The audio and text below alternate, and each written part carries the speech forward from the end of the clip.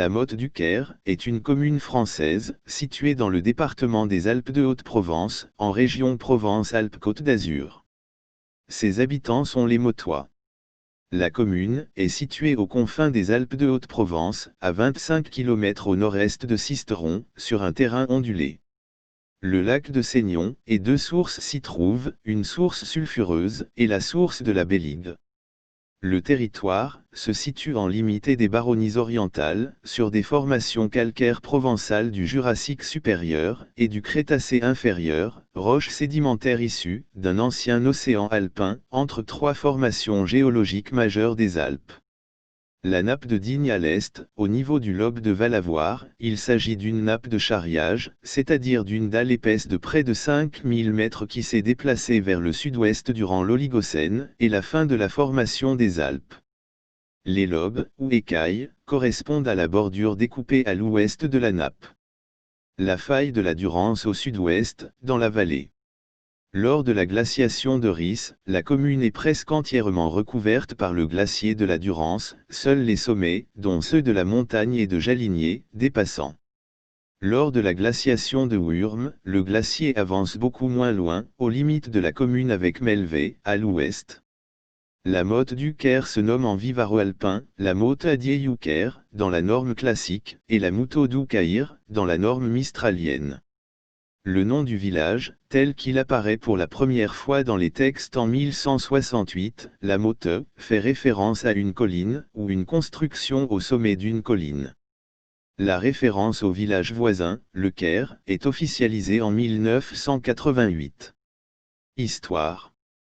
Des sépultures sous Tégulae, gallo-romaines, ont été découvertes sur la commune. Moyen Âge. Le village était construit sur la rive gauche du Grand Vallon, avant de s'établir sur celle de droite. La localité apparaît pour la première fois dans les chartes en 1168, mais une motte castrale est élevée au XIe siècle. La communauté relevée de la baillie de Sisteron. L'église paroissiale a appartenu brièvement à l'abbaye Saint-Victor de Marseille, avant de revenir au chapitre de Gap. En 1300, une petite communauté juive était établie à la Motte-du-Caire. En 1348, la reine Jeanne, chassée de son royaume de Naples, dut se réfugier en Provence. Pour reconquérir ses États napolitains, elle vendit Avignon au pape pour 80 000 florins, et obtint au passage l'absolution pontificale qui la lavait de tout soupçon dans le meurtre de son premier époux André de Hongrie. Reconnaissante, elle offrit à Guillaume II, Roger, frère du pape, le fief de Valerne, qui fut érigé en vicomté, par lettre patente en 1350. La nouvelle vicomté comprenait les communautés de Bayon, Vaumelle, La Motte, Bellafère, Guigas, Lauzet, Lémé, Mézel, Entrevennes et le Castellet, avec leurs juridictions et dépendances. En 1498, l'ordre des Trinitaires y est appelé, pour prendre en charge l'hôpital des pauvres du Christ, appartenant à la communauté. Pendant les guerres de religion, les ligueurs occupent le village en 1585. Une foire s'y tenait au XVIIIe siècle. Au début de la Révolution française, la nouvelle de la prise de la Bastille est accueillie favorablement, mais provoque un phénomène de peur collective d'une réaction aristocratique. Localement, la Grande Peur, venant de Tallard et appartenant au courant de la peur du Mâconnais, atteint la région de la Motte, le soir du 31 juillet 1789. Les consuls de la communauté villageoise sont prévenus qu'une troupe de 5 à 6 000 brigands se dirige vers la Haute-Provence, après avoir pillé le Dauphiné. Les communautés de la Motte, Clamensanne, Saint-Genier, Auton, Curban, Bayon et Claret, constituent ensemble une troupe de 700 hommes armés.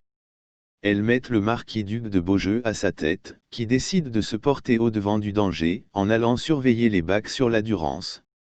Dès le 2 août, l'affolement retombe, les faits divers à l'origine des rumeurs étant éclaircis.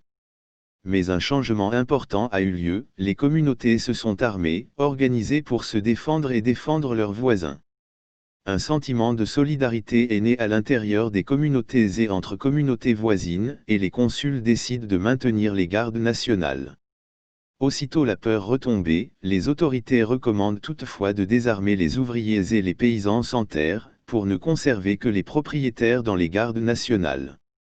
Les habitants de la commune créent leur société patriotique après la fin de 1792 et nommée Société de Frères Amis de la Liberté, Égalité, Fraternité et République puis Société de Frères Amis de la Liberté, Égalité et République indivisible. Plus de la moitié de la population masculine la fréquente. Le couvent des Trinitaires est déclaré bien national et vendu à un particulier, qui le transforme en auberge et utilise la chapelle Saint-Joseph comme écurie.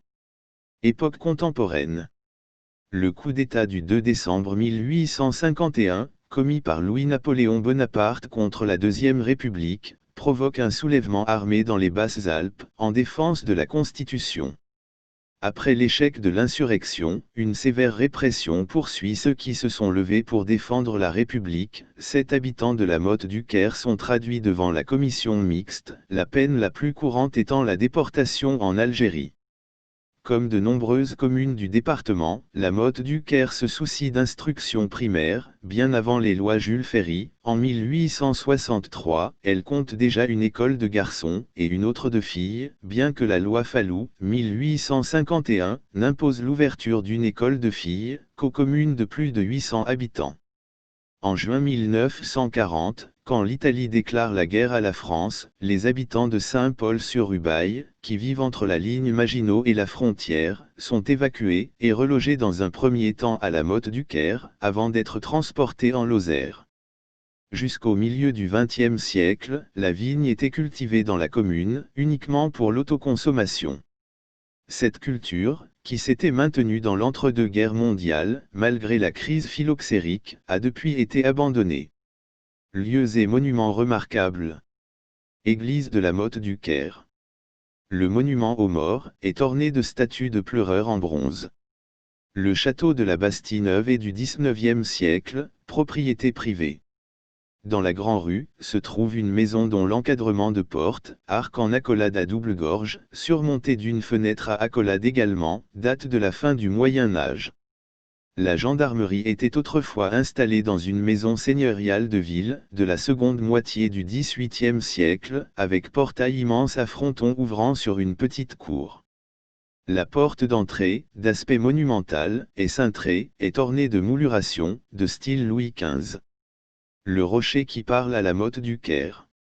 L'église paroissiale, placée sous le patronage de Sainte Marie-Madeleine et de la Trinité, date de 1851. Elle remplace une église reconstruite en 1599, et conserve le clocher de l'ancienne église, construit en 1785, qui s'achève en pyramide flanquée de 4 pyramidions. La nef, longue de 3 travées, est bordée de 6 chapelles latérales peu profondes. Dans son mobilier, l'église conserve une déposition de croix du milieu du XVIIe siècle, classée monument historique au titre objet. Le bâtiment de l'ancien couvent des Trinitaires subsiste au village, signalé par la date 1682 sur les pierres de la porte. Rues étroites et pentues, rue Cascu. Le sentier des Comtes, ou la route des rochers qui parle. Mes sources proviennent notamment de wikipedia.com et, selon le cas, du ou des sites concernant le sujet traité par ma vidéo. Ce texte est interprété par Paul, ma petite voix de synthèse préférée.